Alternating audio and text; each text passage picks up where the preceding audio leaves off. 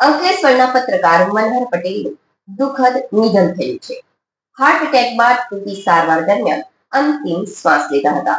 અનેક media group સાથે જોડાયેલા મનહર પટેલ આખા બોલા હોવાથી મનાકાકાના ગુલામના નામથી પણ જાણીતા હતા.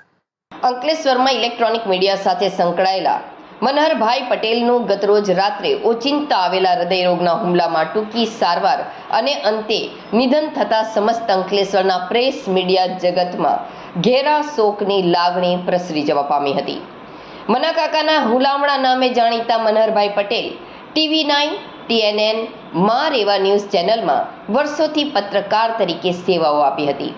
ખેતીના કૌટુંબિક વ્યવસાય ઉપરાંત મીડિયા ક્ષેત્રે તેઓ કાર્યરત રહ્યા હતા. ગતરોજ રાત્રે ભડકોદરા ગામમાં એક ડાયરાના કાર્યક્રમમાં હાજર હતા. તે દરમિયાન એકાએક તેઓની તબિયત લથડી હતી. બાદમાં તેઓને હોસ્પિટલ ખસેડાયા હતા, જ્યાં ટૂંકી સારવારના અંતે તેમનું નિધન થયું હતું. અંતિમ યાત્રા નીકળી હતી, જેમાં મોટી સંખ્યામાં પત્રકારો સહિત લોકો જોડાયા હતા. UPL યુનિવર્સિટીના